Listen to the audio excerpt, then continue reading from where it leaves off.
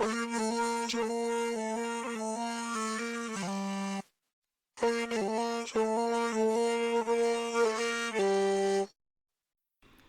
17, Hollow Man. His tongue was as dank as a rank kitchen sponge. She handed him a cup of coffee. What? He muttered to the blurry vagueness that was Dela Cruz. Hispanic prisoners. What about them? You put Ortiz in segregation, and Hispanics went on a hunger strike. Hawk thought he heard a hint of pride in her voice. Then it dawned on him what she was saying. Wide awake now, his head thumped hard. All of them? All of them. At his core, Hawk was reactionary. He didn't like to start things, and he'd rather roll the boat than rock it. But when things went off the rails, he went on autopilot. Identifying problems and solutions on instinct was his forte, but he didn't rely on it. Contact Agent R over at Lompoc right away and have him transfer one Wesley as soon as you can. Who's that? Gate guard. Dela Cruz's eyelids spasmed. Okay. Hawk needed an ally, someone who'd be loyal solely to him. In an attempt to pump himself up, he slapped his hands together, making a loud pop. It's about to get a whole nother level of stupid up in Browntown. Needs me a trusted somebody right about now. While Dela Cruz was intrigued by the unexpected appearance of Hood Hawk, she chafed at the notion of not being considered trustworthy. The phone rang. Dela Cruz picked up, and her mood abruptly changed. Governor Booker. Sounds urgent. Assuming her customary place against the door jamb, she waited for Hawk to answer. You just gonna stand there? She shrugged as he lifted the phone to his ear. Yes, Governor. Director Hawkins, we have a problem. Yes, sir. Here are the cliff notes. A woman in the West Adams district identified 12 toxic chemicals in the water, blah, blah, blah. You want the particulars? No need, sir. To make a long story short, people wouldn't pay their bills, and DWP shut the water off. Right now, there are hundreds of people in the streets. Hawk picked up the remote, clicked on the TV, and there it was. Streets clogged with angry protesters. The chyron scrolling under the live image read, Riot in Los Angeles. Cars, trucks, buses, and people choked the thoroughfares. Nothing budged in any direction. Hawk immediately recognized the public safety risks. How can I help, sir? Don't call me sir. Force of habit. Everhart has requested the guard be deployed to the Crenshaw district. Says if I don't move, he'll call in troops himself. Hawk had visions of tanks rolling down Adams Boulevard. Can you stall? For a time. Then what? Is there a gentleman there by the name of Caleb? At that moment came a rapping at the door. When Dela Cruz turned around, a pale, hollow-looking man in a light gray suit brushed in past her. Caleb? The hollow man nodded. Hawk motioned Dela Cruz out of the room. As she closed the door, Hawk faintly heard Booker saying goodbye. Hollow Man handed him an envelope with no indication of its contents. After reading the note, Hawk looked up. Is this what I think it is? It's what it says it is. The governor wants you to command the California Reserve. That's crazy, Hawk thought, but said instead, what about the regular guard? The governor's going to volunteer them to Greens Point. Greens Point is a predominantly black enclave in the greater Houston, Texas area. It's accurately known to the locals as Guns Point, and was a logical next target for the administration. Suddenly, a bigger picture sprung into focus. Hawk realized that with the regular guard out of the state, as commander of the reserve, he'd actually be the de facto commander of the California Guard. Hollow Man recognized Hawk's conclusion and nodded in concurrence. Booker trusts you. Let's say I accept that. It still doesn't explain why Everhart would trust Booker to back him up in Greens Point. Something akin to a smile attached itself to Hollow Man's lips. Governor Booker told the president that he'd seen the light. Turns out it's pretty easy to convince a man that you believe he's right. Hawk shook the letter in the air. The governor's thinking about succeeding? Why does he trust me like this? Only he can answer that, sir. Hawk wasn't comfortable. These were uncharted waters. Was this a trick? A test? If we try to succeed, Everhart is sending in troops. Not right away, you won't. Too many minorities in the ranks. He can't be sure that they'll go along with firing on other blacks. Seceding is not a done deal. It's just an option. Hell of an option. If we secede, we'll be sovereign. Any aggression against us becomes an act of war. A war we can't win. He won't chance it. We have allies who assured us of their support for UN sanctions. You'll excuse me, but that sounds shaky as hell. What makes you think black troops won't go along? They've gone along so far. Not true. Black and Hispanic troops, including officers, were removed from every detail in every barricade case. You saying only white troops were involved in all the ghetto operations? Caleb remained stoic. So that's how it is, Hawk thought. It was the first time he'd ever thought of whites as the enemy. He immediately checked himself. All white people weren't problematic. Hell, Booker was white. If I agree to this, Booker has to delay the announcement. It can't be known right away. Some things I need to do first. He's going to want an answer soon. This thing has a short fuse. Everhart's latest fiasco is demanding that all governors add the designation church to their state names. You mean like the California Church, the Ohio Church? Exactly, but it gets worse. He's moving the capital to Corpus Christi, Texas, and there's rumors of an executive order changing the name of the country to the United Congregations of Christland. That's ridiculous. The courts won't allow it. He owns the courts. Besides, a court battle will take years, and by then, he'll have solidified power to the point where no ruling will ever go against him. Jesus. Jesus indeed. To make this happen, I'd have to resign my current position. I don't know. Everhart might think it's a good idea to have his boy in charge of the California Guard, so long as he believes you're that guy. It's never been done before, but hey, one job's federal and the other one's state. I don't know if any laws against it. The door burst open and Dela Cruz crashed wide-eyed into the room.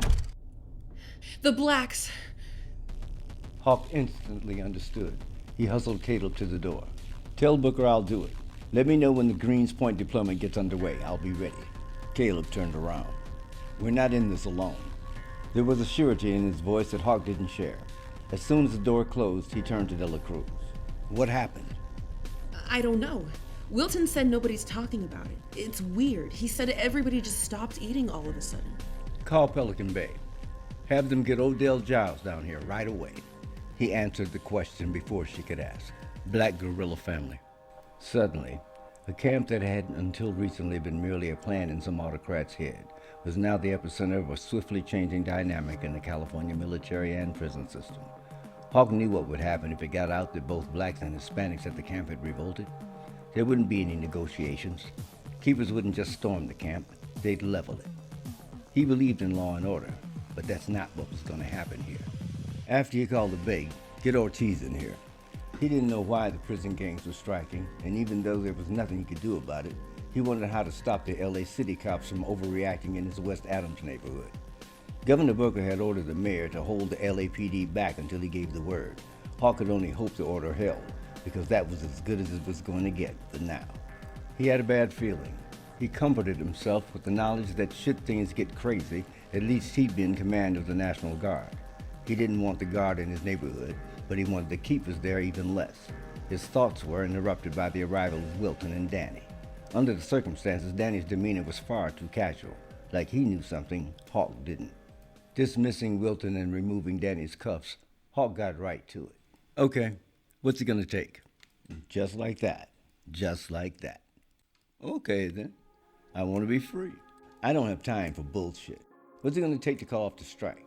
Like I was saying, I want to be free to control my own program without interference. Your program? That's insane. Why would I agree to that? Because it makes sense. Not to me. Let me explain it like this. The longer you wait, the slimmer your chances get. My chances? I don't think you understand the situation. That's funny. I was about to say the same thing to you. Hawk resisted the impulse to go authoritarian. You think you're just gonna walk away? That they're not gonna do to you what they're doing to every other black person? What rationale would justify that line of reasoning? You better face the fact that you ain't getting off scot-free. Because at the end of the day, you ain't Scottish. Sooner rather than later, they're coming for you too. Time you understood that the men in these prisons are the closest thing you have to friends. Who are you? You better start getting your people organized. What people? And you better do it while you can. I hear Kellogg's moving on Homestead, Florida next. The words hit hard. Who are you? Danny Ortiz, Austin, Texas. I told you that. What do you know about Homestead? You didn't know about it, did you? They didn't tell you, did they? It was true. He hadn't been told. I want to know how you know. Jesse instructed Dela Cruz to run Danny's name in prints. You didn't do that already? Doesn't matter. Nothing's coming back. We'll see. Look at me. What do you see? When people look at me, they don't see a nice guy or a productive citizen contributing to society. They see a scary Mexican. All cover, no book. They have no idea who I am. Quiet here. There was a time I'd have done anything to be accepted by white people. I tried to look like them and talk like them. I tried to erase everything Mexican about me. I hated my accent. To me, it was like having a giant scarlet letter leap out of my mouth every time I opened it. So I practiced sounding American by imitating people on TV. And God, the TV. Whenever they showed Mexicans, we were always dirty and poor dopers, prostitutes and shit. Choir. I hated that. That wasn't me. I had to escape that image no matter what. But that took money. I didn't have any. So I studied hard. You know what I'm talking about. Got good grades, stayed out of trouble. I was actually quiet back then. And yeah, it worked. I graduated college, got a good job with a great company. The whole bit. Hawk knew a con job when he heard one. Then you met a girl, fell in love, but then she got deported. She wasn't pregnant, was she?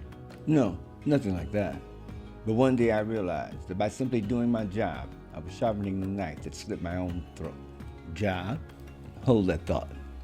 I was educated, but I was ignorant. I never knew North America's history with South and Central America. I was so busy trying to become American that I didn't realize I was already American. I've been American since before Europeans ever set foot on the continent. But at the time, I just wanted to fit in. I never studied U.S. Latin American policies. I just didn't know any better. And no, she wasn't deported. She was murdered. I'm sorry. Forget it. All I'm saying is, we ain't brainwashed, we're whitewashed. Believing in assimilation as a means to equality is a mistake. Truth is, most minorities suffer from mass Stockholm syndrome. You know who gets the syndrome, right? Yeah, you know who gets it. Hostages. Hawk avoided the perspective by asking how the girl died. Danny wasn't sure he wanted to share the details, but decided to subordinate his privacy to further later designs. Ever hear of an outfit called Stratfor? Doesn't ring a bell. It's a private intel company that government agencies use to handle their overflow.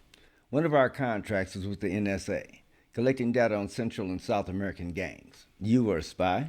No, I was a cybersecurity specialist, encryption, hacking, and data analysis. She was the spy. You worked together? No. We worked in the same field, but not together. Vanessa was a double agent. She worked for us and them. Who is them? Guatemalan government. And who killed her? I don't know. She was in the slums of Guatemala City, meeting with the Zetas when she disappeared. Guatemala military police found her body stuffed in a refrigerator on the back of a flatbed. She'd been there for days. Jeez, I'm sorry. But why was she meeting with gangsters again? She was briefing them on U.S. plans to back a Guatemalan government offensive against the remaining Mayan people. She was giving the gangsters information? Yes. Why? The government planned to redistribute the land, herd the Mayans onto reservations. Zetas aren't gangsters to everybody. They're Robin Hoods to some people. They use crime to raise money, but some of it goes to supplement the Mayans. So she's playing both the Guatemalan and U.S. governments. Yeah, try to keep up. Okay, so again, why? Who knows? Maybe she just decided she didn't want to be part of the problem anymore. And why ever she did it, she was kick-ass. Triple Agent is definitely kick-ass. Danny looked at the floor. Not kick-ass enough. Hawk never discussed politics with other officers when he was in the Corps. His was just to do or die, and that's the way he'd liked it. He'd always accepted who the enemy was. It was whoever his superior said it was. Now, he wasn't so sure. Why didn't ICE flag you when they ran your prints? I scrubbed my identity before I left Stratford. I don't exist. Suspicious of the ease with which Danny offered the confession, Hawk asked him why he was so forthcoming. Danny answered simply, I'm trying to help you. Did Reyes authorize you to direct these operations? I don't have any power. I'm not asking if you personally have any power. What are regimental orders and who gives them? The orders are simple. Take whatever action necessary to preserve life and dignity. Who gives this order? Not me. But you're key. No, Director Hawkins. Truth be known, you're key. Explain that? You have resources at your disposal, but you won't have them for long. You should use them while you can. Hawk took the remark as a threat. Do you know what will happen if I call in for assistance? That's not something you want to do. You don't have much time. This isn't something we chose. It's just the way things turned out this time. Hawk suddenly wondered if the gang strikes were mutually agreed to. Why are the blacks striking? Are they? I don't know anything about that. You'd have to ask them. You're setting yourself up for some shit you might not be ready for. At least I have a country I can call my own. You can't even speak your own native tongue. You don't even know what it is. Most of your people have never even seen Africa, let alone want to live there. You're so whitewashed that you choose to remain an unwanted guest in a house you were forced to build rather than to identify as African. And you absolutely refuse to accept the undeniable fact that this is not your country. Talking about, I pledge allegiance. Ain't that a bitch? Allegiance to what? 400 more years of the same shit? What you need to be saying is kiss my ass. Face it, as far as you're concerned, the Bill of Rights is a bill of goods. You, personally, have the wherewithal to change things, if it's not already too late. The accusation of being ashamed of his blackness was too crucial a charge for Hawk to leave on the table, partly because there was truth in it. But rather than exhort the virtues of his blackness, Hawk characteristically defended his patriotism. This is very much my country, and I'm the last one to be a traitor. I serve and I protect. I am the law. Oh my God. We had this conversation already. You can't be the law. You need your own country for that. Let me tell you who you are. This is you. To serve and protect rich people from poor people in general and black and brown people in particular. You're an occupying terrorist organization that murders people of color under the color of authority at the behest of your moneyed masters in order to maintain the status quo. Danny was accusing Hawk of being a house nigger, the Judas goat of black people, the supreme insult. This kind of attack usually came from progressive black activists. He wouldn't take it from them, and he wasn't going to take it from Danny. I'm the nuts and bolts that holds this whole thing together. Without me, the strong would eat the weak. My point exactly. The weak are being eaten, but there are too many of us now to digest.